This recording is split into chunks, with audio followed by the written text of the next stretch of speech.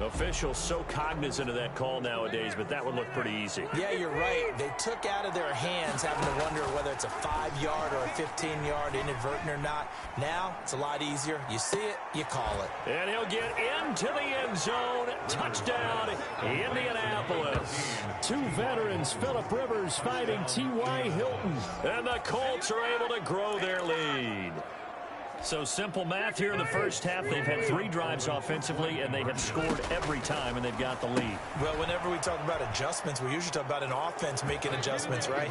This is all about the defense. They've got to figure out some way, somehow to slow them down.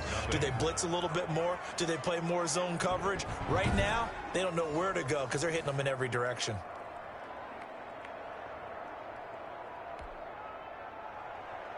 Rigoberto Sanchez to kick off for Indianapolis. Sanchez now, he'll kick it away following the touchdown.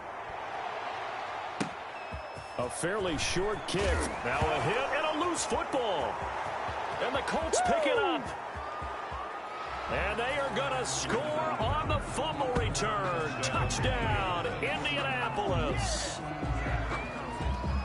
So they get the 1-score kickoff, get a fumble, take it right back to the house. 2 quick touchdowns within a matter of about 10 seconds on the game clock. It's like a... Oh, and now they're going to fake it. And he gets in. Well, no one was expecting a fake there, but they add 2 more onto their lead. All right, partner, one more time. Our whole lives, you put the ball on the 3-yard line, kick the extra point. 2015, they put it on the 15 to kick the extra point. 2016, they said, we're leaving it there. So if you want to fake it, that's a long way to go. And they got it done. I was going to say they had a 15-yard play in their back pocket. You don't see that on too many play sheets, do you? No.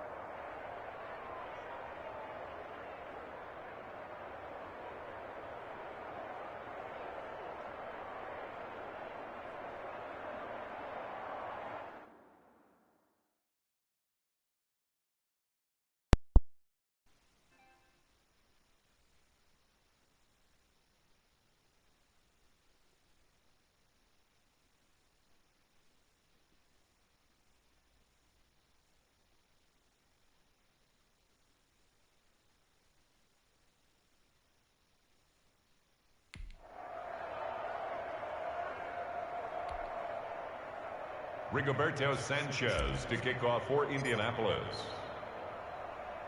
So here's the kickoff now as they'll get it again following that fumble return for a score. Pulls it in at the 13.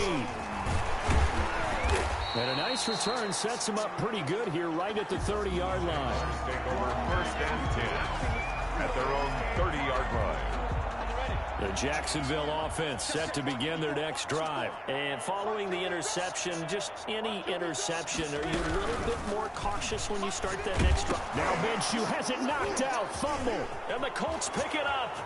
Oh, my And they are going to score on the fumble return. Touchdown, Indianapolis. This first half has been a nightmare for that offense. Defense just dominating them. And when you're picking up the ball, picking up their mistakes, and taking it the other way and putting it in the end zone, that's a defense's dream. They're having that. And he can't get rid of it. He's taken down. They had the big play on the fumble return. They were looking for the 1-2 punch, but they couldn't get that 2-point conversion. And I have to wonder, were they scheduled to go ahead and kick the extra point? But after a play like that, you talk about the 1-2 punch, right? It's a momentum play. Go for 2. And he can't field it cleanly. It's loose. And they will wrangle it down a couple yards shy of the 30. 1st and 10 at their own 28-yard line. Out comes the Jacksonville offense as they get set to take over here. And let's just say they're going to be looking to start over on this drive. A few moments ago, they were in the exact situation, but their first play led to a fumble that was returned for 6. Yeah, you definitely have to have a short memory to play in the NFL. You got to remember what you did wrong so you don't repeat it, but you can't dwell on it because then you will repeat it, and that's what you don't want to do. On 2nd and 10, it's Minshew. Caught Eifert over the middle.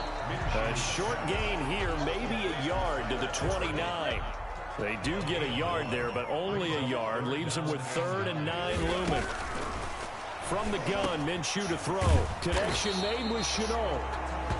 And he will have a Jaguars first down as they're able to get the third down conversion. So from the 39 now, they'll come up on a 1st and 10.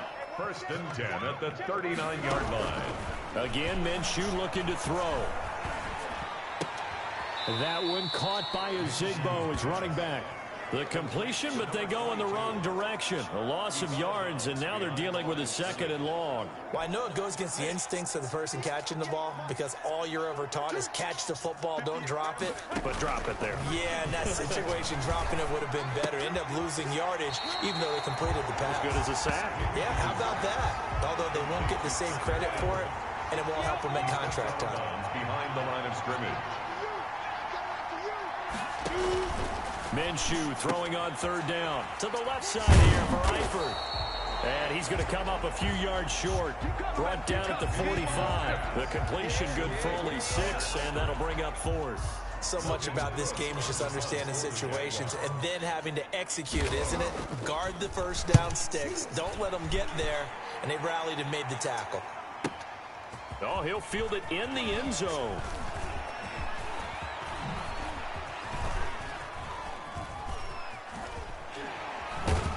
And after all that, he'll get right back to where they would have been had he just let the ball go, as they'll start at the 20.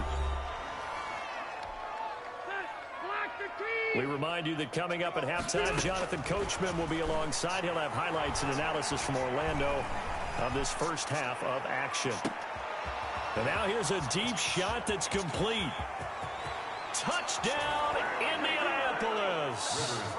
T.Y. Hilton, an 80-yard touchdown. And the Colts just continue to pour it on. One play, 80 yards. Pretty easy drive to recap. It certainly is, but not so easy to execute. Starting on your own 20.